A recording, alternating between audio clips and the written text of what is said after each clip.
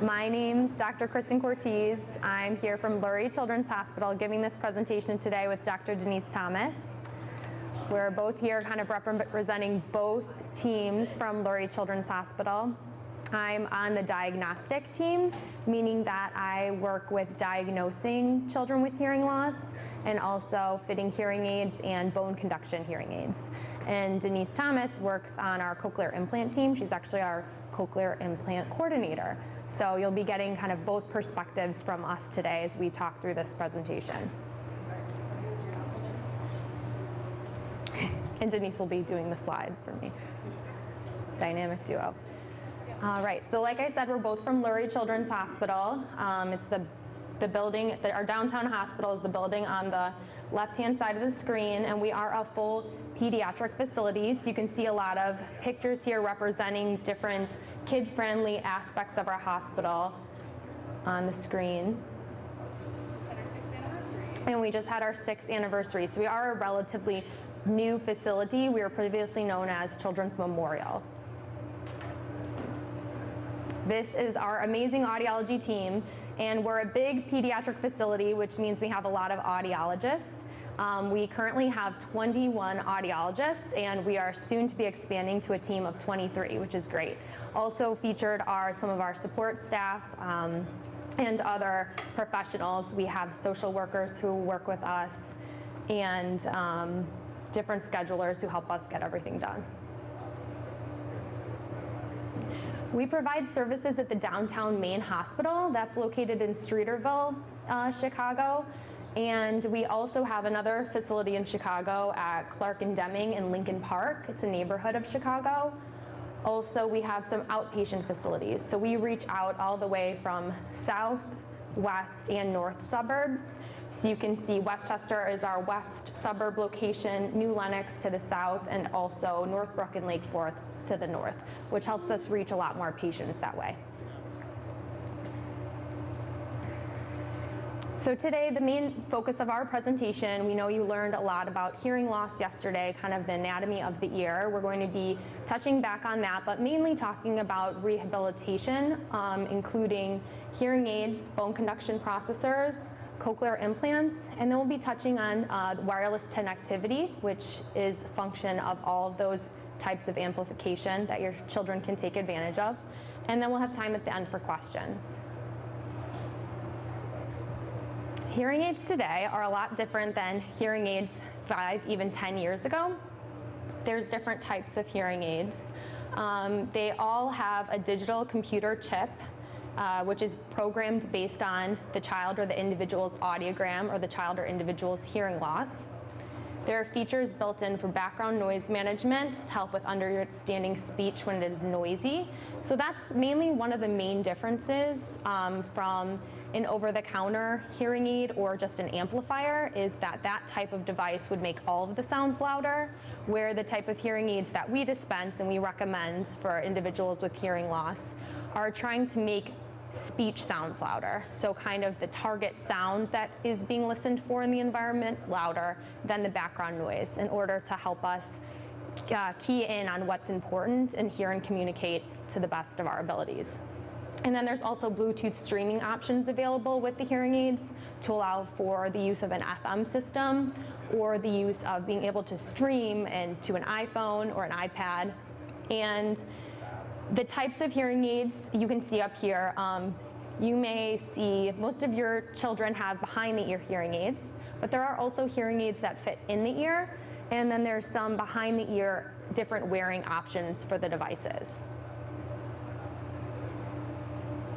So like I said, for kids, it's always a behind the ear style.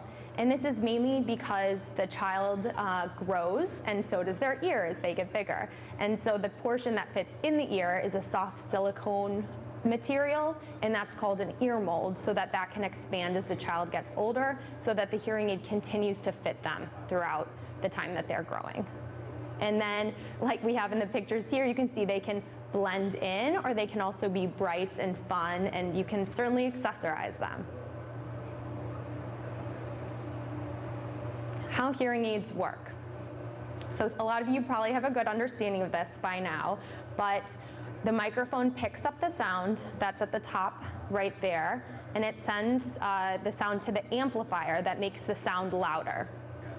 The sound is then routed to the receiver through the ear hook and to the ear mold into the child's ear. It travels through the outer, the middle, and the inner ear. You can see on the picture, the hearing aid's relatively simple. There's not a lot of different buttons, but there can be a volume control or a program button. And then the battery compartment, which in a lot of devices is the on and off switch. So when the battery door is open, the hearing aid is off. When the battery door is closed, the hearing aid is on and working.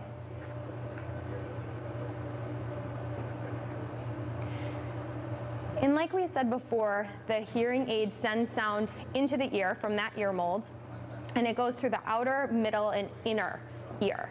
And so therefore, hearing aids, what they're doing is amplifying sound using the natural auditory pathway. So the same auditory pathway that is allowing all of us to hear, individuals with normal hearing.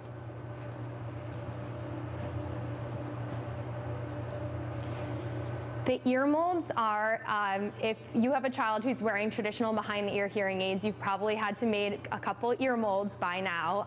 So what they are is a mold of the ear taken with silicone material to make them exactly shaped for the child's ear. And they custom fit snugly into the ear canal, and that's important so that they can get the sound all the way into the ear. They're made with a soft material for patient safety. We know that children can be very playful, they may tumble around, and we certainly don't want anything hard in the ear that could damage any part of the ear. They are, as the child grows, the ear mold needs to be replaced and remade, and it's good and important to ensure an optimal hearing aid fit so that the ear mold does not feed back, or you don't hear some of that whistling sound leaking out from the hearing aid, because that would essentially be the hearing aid picking up its own sound. So there's some hearing aid jargon that we talk about with traditional BTE hearing aids. You may have heard your audiologist use some of this terminology. You may have read some of this terminology on hearing aid pamphlets that you've looked at. And so the first one is gain, and that's essentially the volume that the hearing aid is putting out. So for children, like we say, we program the hearing aid based on the child's hearing loss, so their hearing audiogram. And so for a child's hearing loss, the gain at different pitches may be different, just like the hearing loss may be different at certain pitches. A child may hear better in the low frequencies than the high frequencies, so that we need to apply more gain or more volume in that high frequency range. The microphone configuration is some other terminology that you may have heard about.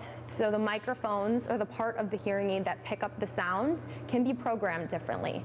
They can be programmed so they can pick up all the sounds around the child, and that would be called omnidirectional.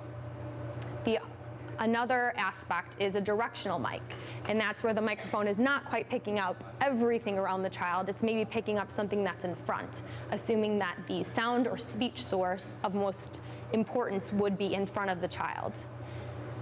And this is wonderful if that sound source is in front of the child, but it is not always recommended, because what it can do is suppress what's going on behind the child.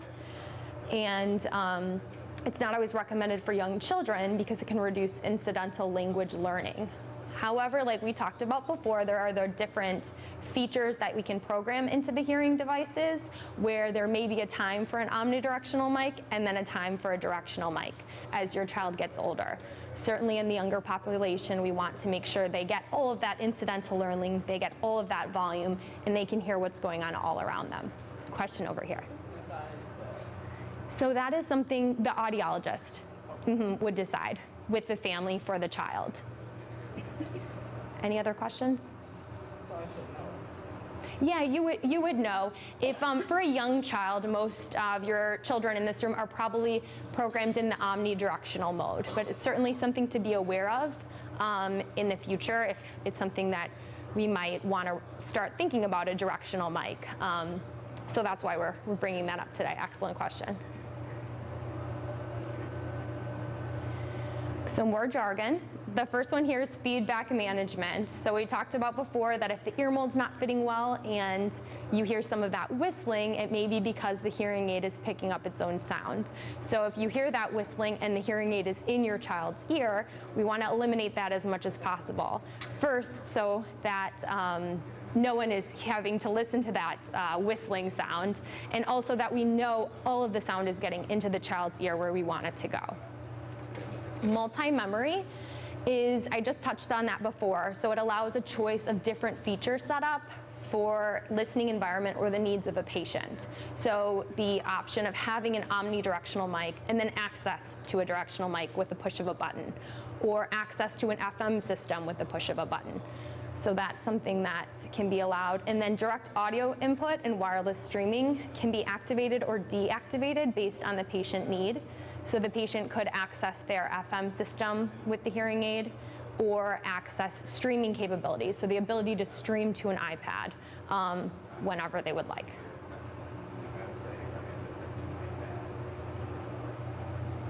This is a slide on verification measures. Verification measures are something that an audiologist does to ensure that the hearing aid is programmed as perfectly as it can be for the child. And these are made up of two main components. There's some other terminology we won't get into, but we're mainly showing you this slide because this is the way that it is recommended to program a hearing aid for a child. So the first would be real ear measurements. So what we want the audiologist doing when they're programming a hearing device is taking the measurement of a child's ear into consideration. All of us have different ear sizes, and so we want to make sure that the acoustics of the hearing aid, the amount of volume of the hearing aid can be impacted by the acoustics of the ear canal. So we want to take the size and the shape of the ear canal into consideration when determining how much volume to put into the hearing aid. This can be done by taking a measurement of the ear when we program the hearing aid. The next part is speech mapping. So at the doctor's office, sometimes you might get a prescription. So in audiology, we have prescriptions as well. So there's different types of prescriptions for how you program hearing aids, and there's one in particular to children to make sure that we give them all the volume that we want. And so we program according to the hearing loss, according to that prescription or prescriptive measure, and then we make sure that everything is accurate by taking a measurement of the ear and then mapping the speech. So we're making sure that the speech is getting in at medium, soft, and loud input levels according to the prescriptive targets recommended. So that's kind of what this screen looks like. It's very technical, but it's something we want to make you aware of so you know that your child's hearing aid is being programmed according to what we'd recommend for children, using all of this information. Yes, okay, we have a video next. We're going to give it a whirl. A sensory neural hearing loss is the result of a problem in the inner ear. Sensory neural hearing loss occurs when hair cells in the cochlea are missing or damaged. These hair cells are responsible for producing precise electrical signals that the brain needs in order to interpret sound. When these hair cells are missing, the result is hearing impairment. When only some of the hair cells are missing, the hearing loss is classified as mild to moderate. In these cases, a middle ear implant, capable of vibrating the moving structures of the inner ear, or a conventional hearing aid may be a viable solution. Some individuals have a hearing loss only in the high frequencies, also referred to as partial deafness. In these cases, only the hair cells at the base of the cochlea are damaged. In the inner part of the cochlea, the apex, the hair cells which are responsible for processing the low tones are still intact. Combined electric and acoustic stimulation, or EAS, was developed specifically for these individuals to maximize the use of their natural residual hearing. When the hair cells of the cochlea are completely absent or damaged, the person suffers from a severe to profound hearing loss. For many individuals with this condition, a cochlear implant may be the best solution. All right, so as Denise was telling me, that was the end of our discussion on traditional behind-the-ear hearing aids. We're going to move on to bone conduction devices next. Any questions in the audience on traditional behind-the-ear hearing aids? Great, we'll be moving on to the bone conduction devices next. So bone conduction devices are generally recommended for individuals who have hearing loss that is conductive, meaning that the sound is not being conducted into the ear normally, or meaning that there's an issue with the outer ear or the middle ear. And these devices can be worn on a headband or attached to the skull directly with a magnet or an abutment. Sometimes there's a company called Cochlear. They make a bone conduction device called the Baha. So some people may use the terminology interchangeably. We try to say bone conduction processor just because there's different types, but some people may call it a Baha.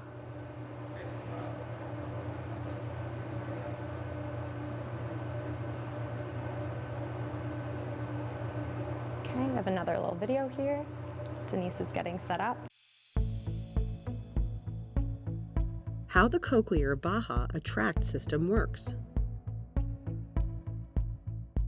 The Baha Attract system uses a magnetic connection to attach the sound processor to the implant.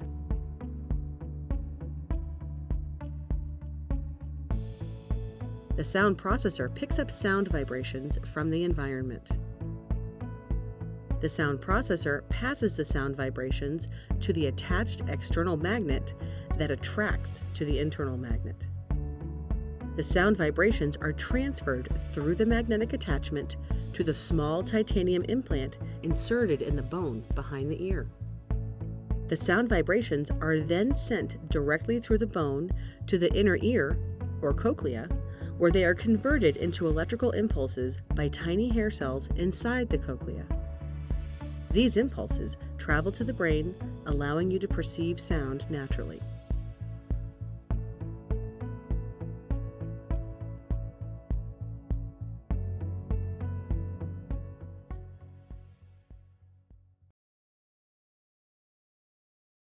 So that slide demonstrates one of the types of processors that is directly implanted into the skull or the head to allow the child to hear, and it reiterates the point that these bone conduction devices are for children whose inner ears are intact, so the hair cells in the inner ear are capable of sending that signal to the brain, and that's accessed by the vibration of the skull, which is very cool.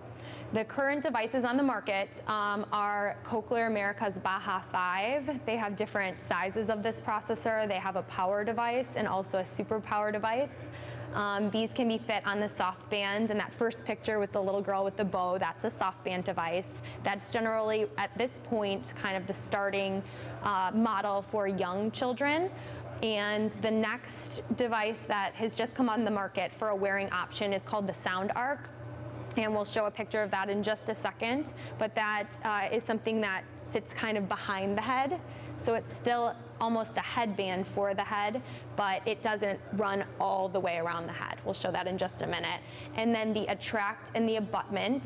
In the picture, the presentation we just saw, that was the attract device, meaning that device is on the head via a magnet. The abutment is more of a kind of a rod that sticks through the skin. We'll show that in a minute. And then another company that has these devices is Oticon Medical. They have the Ponto or the power device, which can be fit. Their wearing options are just that soft band headband or the abutment device. And then there's a new product that isn't out completely yet, but is coming soon through Med-El. It's called the Adhere, and it's an adhesive connection where the device can sit behind the ear with a medical grade type of adhesive that will keep the device on, which is an exciting new option that's out there. Here are some photos. So the first one I described, underneath that soft band headband is the Sound Arc. You can see it here. It looks like a pair of backwards sunglasses almost, or a sunglass holder, where it sits behind the head, but you can kind of see it on the side of the child's head. It holds onto the head with pressure, so it doesn't need to be held in place with any tape or anything, so that's exciting. And then this on the other side is the Adhere device, and we just have both of these slides here. At the top you can see that's the little adhesive, the medical grade adhesive that goes on, and then the device attaches to that right there. Now, surgical intervention, ENT and audiologists will work with each family to determine if and when surgical option implantation for the permanent placement of a bone conduction processor can occur. This generally happens at 5 years and up, just to ensure that the child's kind of head and skull development is at a point where it can accommodate the placement of the device. And we have the two options here. I thought this picture did a nice job of differentiating the two. So the first one is the abutment device. And so what that is, you can see it has that titanium rod, but then it's a titanium abutment that goes through the skin to attach to the outside, and then the processor can clip onto that. Then the option that is more recent is the attract option. They call it attract because it's a magnet device. So you still have the surgical abutment underneath the skin, and then there's a magnet portion that attaches under there and stays underneath the skin. But there's nothing running through the skin because on the outside, what attaches to the head is a magnet. So it's magnetic, and then there's nothing poking through the skin, which is the difference there. But they both do require a surgical procedure, and is something that you would need to be hooked up with an ENT and an audiologist for completion of. Go ahead. Do you anticipate at here just filling in that gap with the band, or do you anticipate at here even go past that? That's something that we're excited. It's so new, and I have not had the privilege of dispensing any to patients. Our clinic hasn't received them yet, but we're excited to see, will this be an option where patients will move on from maybe a soft band or a sound arc device into the Adhere and be able to stay in it for a long period of time? Or will it not give kind of the volume or the results or kind of the stability that we want? And maybe the surgical option is something that we'll still need to move those patients into, or will the Adhere kind of allow that patient to stay in that for longer? And so that's something that will be coming this next year. We'll, as a clinic, be finding that out, and patients will too. But the nice thing and important thing is that there are at this point just so many options for children who do need bone conduction devices. Oh, I think it's time to switch. Give us a minute while we swap microphones. All right. Here, you hold that. Let me get Okay, one up here. so Denise will be taking over. We'll be moving on from the bone conduction devices as we swap out to talk about cochlear implants.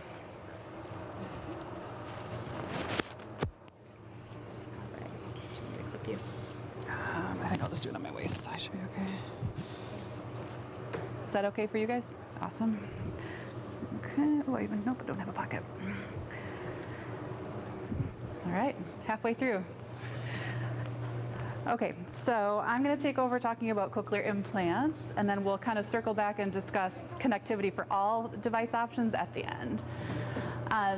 So cochlear implant candidacy today, anyone with a moderate sloping to profound hearing loss could qualify for a cochlear implant. Certainly with kids, we would probably be in the severe to profound range where we would deem them a candidate, but definitely older kids could have more hearing in those low pitches and then slope off in the high pitches and still be a cochlear implant candidate. So we don't implant audiograms, we implant people. So we know that an audiogram is a piece of the puzzle, but we definitely want to see how a person uses their hearing aids and if they're successful with those in order to see if they need a cochlear implant. You could be a candidate if you had a hearing loss from birth, or you could acquire a hearing loss later in life and also be a candidate. And just in general, we know shorter periods of not being able to hear before getting intervention will help make the process go better in terms of learning how to listen. So how a cochlear implant works. What you guys are used to seeing is the piece on the outside looks like a hearing aid, except now we've got a magnet attached as well. But what you don't see is underneath the skin. So underneath the skin, kind of right behind the ear, is what we call the receiver stimulator. So that's the brains of the device. That's where the computer chip is and the magnet live. They're then connected down number 3 to the electrode array, which goes into the cochlea. So what we're actually doing is replacing the hair cells in the cochlea with the electrical contacts. So we know that those hair cells are either missing or damaged to the point where the hearing aids don't help. So we're putting in those electrode contacts to replace them. Then once the electrode gets the information from the processor back on the outside, so the processor tells the inside part what to do, then that's what sends the message up the hearing nerve to the brain. So you cannot hear with a cochlear implant unless you have the device on the outside. When that processor comes off, hearing stops. How a cochlear implant works. Sounds are picked up by the sound processor, which sits behind the ear. These sounds are turned into digital code, which is then sent to the implant just under the skin. The implant converts the code into electrical signals and sends them down to the electrode array. The electrode array is fitted in the person's cochlea. When the signals get to the array, they stimulate the nerve fibres in the cochlea, and the signals are recognised by the brain as sound.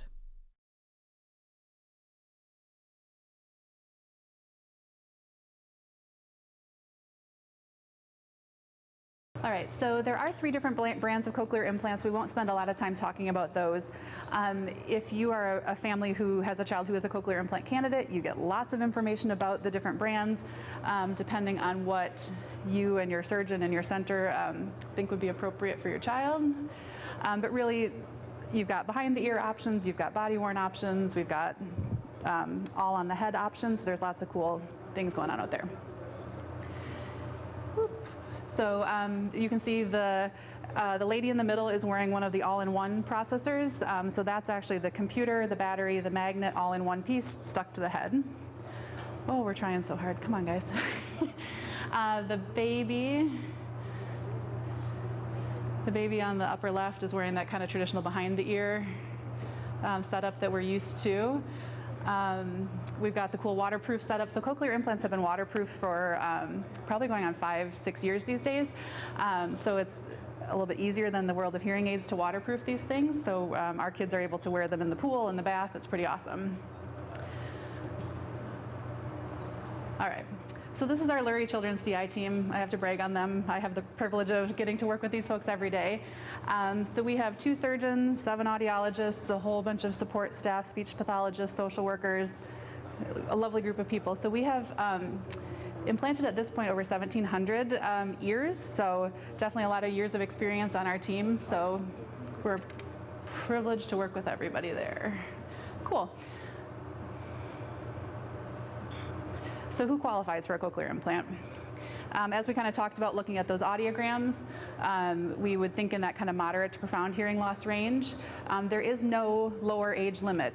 If we can test your child and if we can say that they qualify for an implant, we can get approval from some insurance companies under a year of age. Really, what we want to look at is, are you making progress with your hearing aids? Are you making progress in therapy? Or is the hearing aid just not enough to get you to those next steps in your development? So what we would think about in terms of a candidate is maybe they're not hearing soft speech or not hearing speech at a distance, or really not able to produce those sounds because they're not hearing them clearly. ANSD, auditory neuropathy spectrum disorder, is also something that could make you qualify for a cochlear implant. Did you guys talk about ANSD with Ginger yesterday? So we know that's kind of that nebulous diagnosis where the sound seems to get stuck between the cochlea and the brain. And the cochlear implant does a really good job of kind of helping the brain figure out what it's been missing and make that sound better to those folks.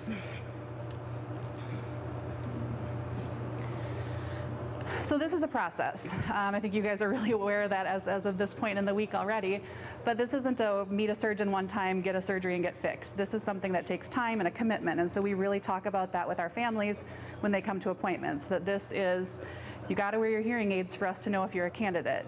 And you have to go to therapy to know if you need a cochlear implant. So this is not like a one and done kind of an appointment. So we really think it is important to wear your hearing aids before you get a cochlear implant to really help children and families understand there's still going to be a device on your head after surgery, and it's helping the brain kind of learn how to listen and figure out what's going on in the world. We also need to be in therapy like we talked about. If you're in a school age situation, we definitely want those kids in school.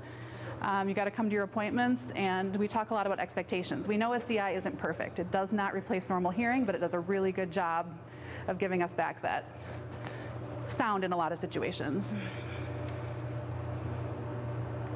All right, so this is a big list, and I made it a big list on purpose because this is everything that you have to do to be deemed a cochlear implant candidate. So again, several visits worth of appointments with the audiologist, a visit or two with a surgeon to get your MRI done of the head to make sure the ears are everything inside is where it should be. Meeting with a therapist, meeting with a social worker, meeting with our education liaison. This is a process. It takes a village, and we definitely have a lot of folks involved in that discussion. And we really want to make sure that we're giving families all the information that they need to make the right decision for their family. So there's a lot of appointments, but we talk about a lot of different things during those appointments. We'll go through what the candidacy process looks like, how the devices work, actually demonstrate all of them so families can make an informed decision. Talk about communication options that you guys have heard a lot about this week. Talk about how the surgery works, kind of the risks of that, what to expect after the surgery. Follow up, and then kind of the plan for after, because again, once we turn this on, we have to teach your child how to listen and how to talk then with the device potentially.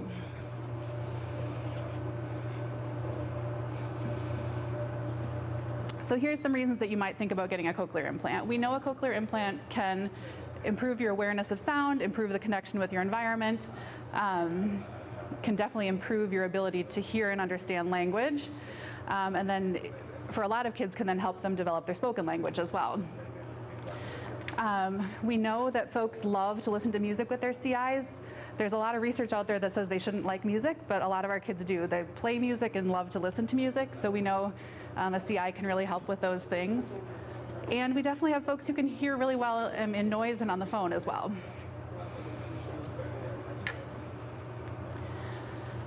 So, can I tell you or promise you that your child could do all of those things with their CI? If I had a magic ball, I would love to be able to tell you those things, but we know there's a lot of variables. We definitely know some things that will help us figure out if a CI would help a child. So let's talk about those. So things that could impact your potential outcomes with a CI. The age that you get implanted. Younger is definitely better in terms of learning how to listen and develop those listening and language skills. How long you had a hearing loss before you got a cochlear implant would also influence that. Being exposed to language and being in therapy and doing all the listening activities that you guys are doing in your homes every day with your kids can definitely impact that. This is one that you can't control, but what does your cochlea look like and what does your nerve look like? That's where our surgeons will help us figure out that piece, but we know if your cochlea is smaller than it should be, or doesn't have all those turns like it should, or your nerve is really skinny, that can definitely impact what we would think about in terms of outcomes. Mapping, that's the one that the audiologist controls, so we do a really the best job we can getting the fine-tuning just right so everything sounds good. And then really it's about the family too. Like, are you committed to coming to appointments and going to therapy? And sometimes therapy might be hours away, and we know that that's a really hard commitment to make, but that definitely can impact the process as well.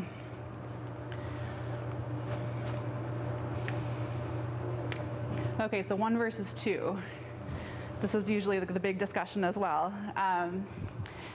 It seems like in the world of everything, the pendulum is always swinging one direction or the other.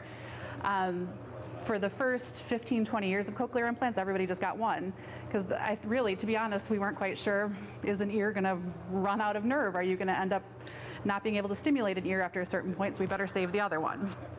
We figured out that that's not the problem anymore. Sure. Sorry, can you go to the previous slide again? Oh, sure. Can we go back one, Kristen? Sorry. Yeah. So what is it saying about influencing cochlear outcomes with multiple languages? Oh, sure, thank you. So the question was about the multiple languages. So what we know is when we're learning 2 languages at the same time, we're able to make progress in both. The rate of progress just might be different.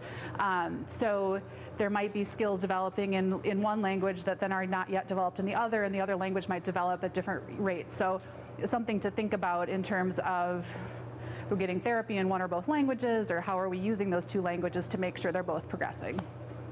So it's okay to use. Oh, absolutely. Okay to use both, but just something to think about and talk with your therapists about in terms of monitoring both languages to make sure they're both making progress. So it might seem like progress is slower at first, but then you'll still get there. Thank you. Thank you. So 1 versus 2. So we had said 1 for a long time. Then we kind of got into this swing in the mid-2000s where we were getting a lot of insurance coverage for both. And what we were realizing is that a lot of families didn't want to have to sedate their child twice. If we could get both implants done in one surgery, that would be great. We're kind of swinging back the other way now where insurance says, we're just going to pay for 1 at a time. We'll still give you 2, but you got to come for 2 surgeries. So insurance dictates a lot of this. Definitely the surgeon and the audiologist also help the family make that decision. In terms of the lingo that you guys might be hearing, simultaneous bilateral means 2 implants either in the same surgery or within 6 months of each other. And then sequential means 2 implants that have more than 6 months in between them. The other kind of lingo thing you might be hearing is bimodal. So that's when you have a CI on one ear and a hearing aid on the other. So you're getting the acoustic signal from the hearing aid, the electric signal from the implant. So you're getting like 2 modes of listening, so bimodal. And there's a lot of reasons why folks might be bimodal.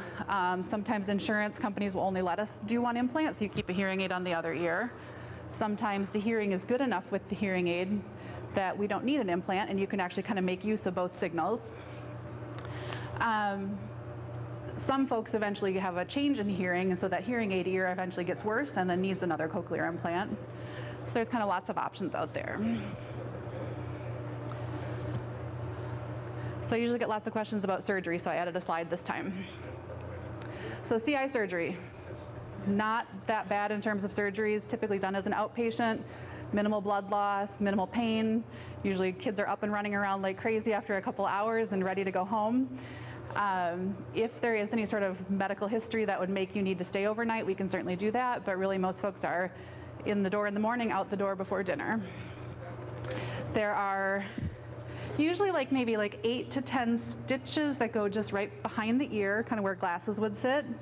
Those stitches will dissolve over time, and there is a little bandage that's put over the ear for going home just so nobody's touching at their stitches. Folks can take the bandage off at home the next day and kind of go back to life as usual. We say try to chill out, relax, don't do anything too crazy, but most kids are up and running and ready to go sooner than the parents would like them to be. And then you see the surgeon a week after to make sure the stitches are healing and you're ready to go to get activated. So in the YouTube era, oh sorry, go ahead.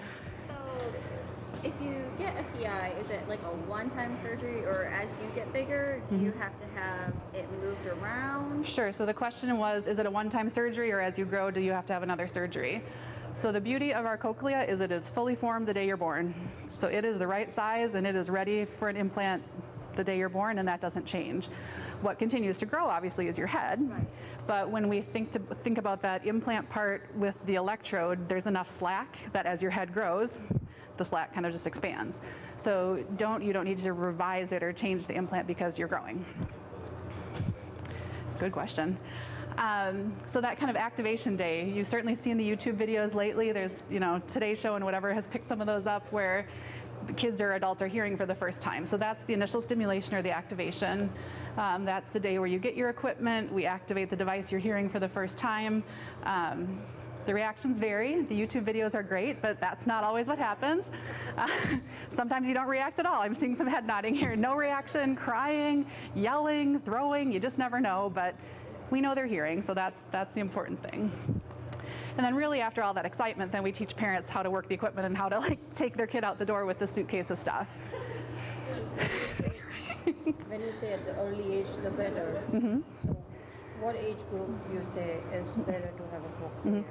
So the question was, if we say earlier is better, what's the perfect number? Well, we know the brain is ready to learn language from that kind of birth to 5 period. So we want to get as young as we can in that range. And we really know that birth to 3 time can be really important for the listening and language development.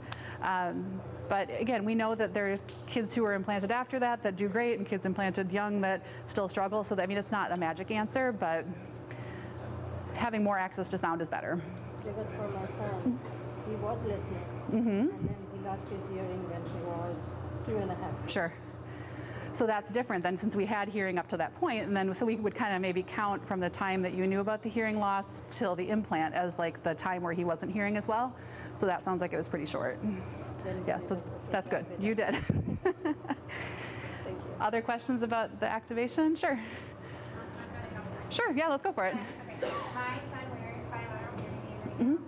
We're not so sure how good he's doing with them. Okay. Does he have like a huge improvement or anything with them? Sure. When do they like reevaluate? Or I mean, obviously we go to the audiologist every 3 months. Yep. So they're obviously looking at that too, but they don't Yeah. ever say anything about possibly changing anything in the future. Is there a point when they do?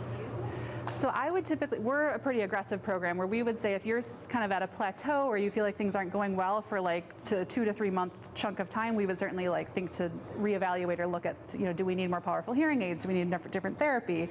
Do we need a cochlear implant? So that's definitely something to think about, and we can talk more in your sessions too about that. But we know with kids we don't want to lose that time, so if we are kind of stuck at this period where we're hearing but not making that next step of progress, it might be time to do something different. All right, we got a couple more slides and then we'll give you guys plenty of time for questions.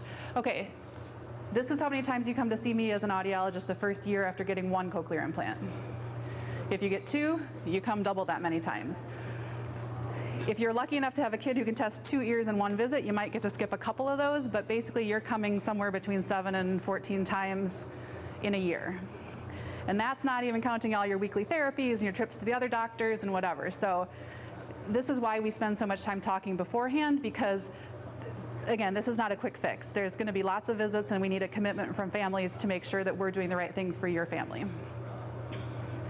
And then once you've made it a year, then you come back twice a year till the end of time. So. Okay, so the other question I get a lot is, how do I know if I'm making the right choice for my child? So I have a kid to tell you about it. So this is our patient who had hearing aids. Her hearing got worse over time, and then she got a cochlear implant when she was 10. This is her at age 12 telling you what she thinks you should do for your children. Yeah. How does it sound better? Because with the hearing aid, all it does is just turn up the volume. It makes the audio like louder. Well, the implant, it doesn't make it louder, it makes it more clear, more understandable. You're like a commercial. They're talking,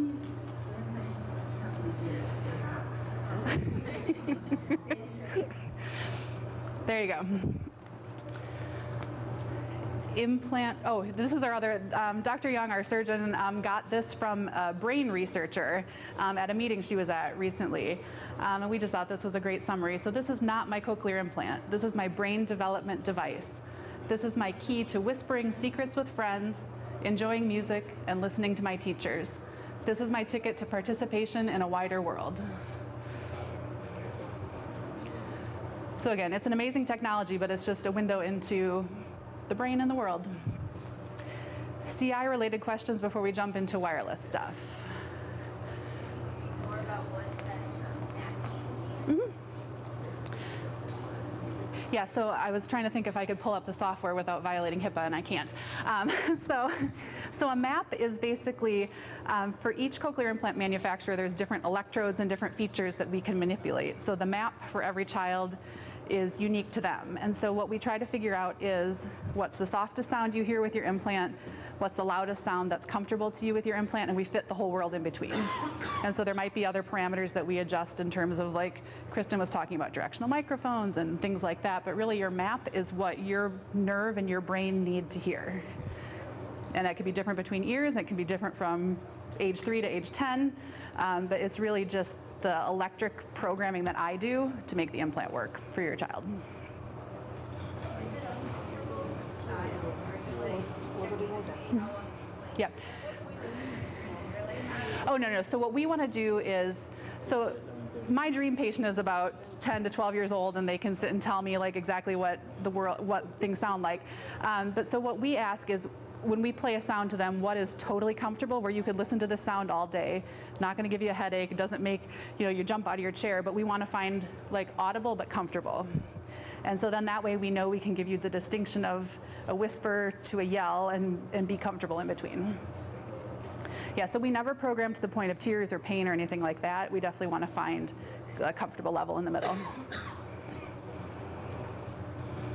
Okay, we got 4 minutes. Do you guys want to talk about wireless, or do you have more questions? I do have a question. Sure. I think actually afterwards. Yeah. I just have a question about a rod device.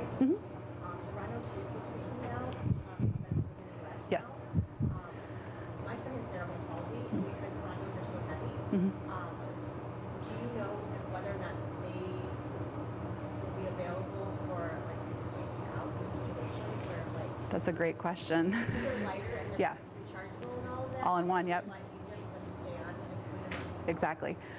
So that's always a great question. Every time a new product comes out is, hey, I've had my devices for a couple years, there's something new, like am I eligible to trade or exchange? Every company is different, every launch is different, so I would suggest talking to your audiologist and having them reach out to the company and just see, you know, in your situation, would they authorize that, or would it be something we'd have to go through insurance to do? But yeah, we can talk more, yeah. So this might be a stupid question. No. I don't understand it fully. But like, if you get a Cochlear implant, Mm-hmm. you know, you have that part inside, and then the other part goes on the outside. Do they have to be like compatible, or as technology gets better? No, that's a great question. change? Does that make sense? Yes, absolutely. So the question was, if you're implanted today or tomorrow or whatever, in 30 years, is the thing inside going to still talk to what's new in the world outside?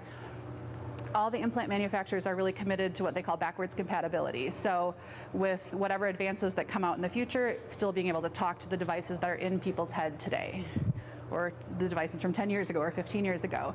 So the companies are very committed to managing their patients for life, and so when new stuff comes out, it will talk to the part inside. It might take a little bit longer, might take a little software update to figure it out, but they're committed to doing that.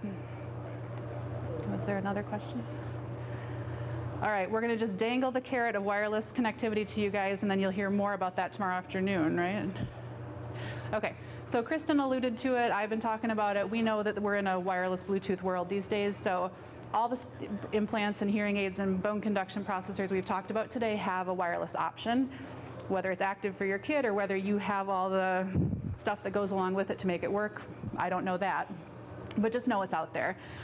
We're talking about having apps to, instead of a remote control. We're, you know, talking about being able to, if you lose your device, which never happens, right? That then your app could help you find it or find the last place that it talked to your device. Definitely things as well in terms of the FM piece. We're now really calling it digital microphone technology, where a parent or a teacher might be wearing a microphone and sending their signal to the kids at a distance. So lots of cool options out there. So if you guys have questions about your particular brand, let us know. We're happy to talk. Okay, one last slide we just threw in here too. I know you guys all have little kids right now, but they will grow.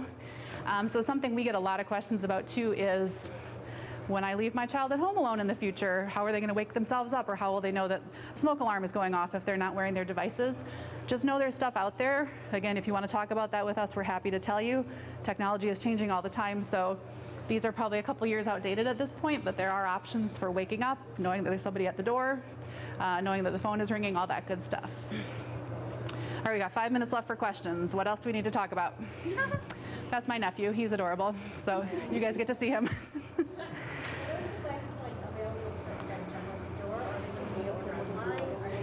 So where to find these devices? These days I tend to tell people go look at Amazon. There's a couple companies as well that are telecommunications companies related to hearing loss, and so they'll have the store where you can go try it, or online where you can check it out and have it shipped to you. So there's a lot of cool options out there. But really, like the alarm clocks and that kind of stuff, I just send folks to Amazon these days. So the FM devices, so when we get the right ear surgery and they give us the FM device, is it only useful for the right ear, or when we get the left one, the same FM device can work for home? Yeah, so the question was, if you're getting like a new suitcase full of goodies and like there's an FM for one ear, could it work for the other? So typically the transmitter, the part that the parent or the teacher wears, can talk to more than one device. Most companies, when they're giving you like your accessories, you'll get one of the thing that plugs into the processor. So you might need to get another one for the other ear. They might not include two. I don't know exactly what you guys picked in your suitcase of stuff. So, yeah.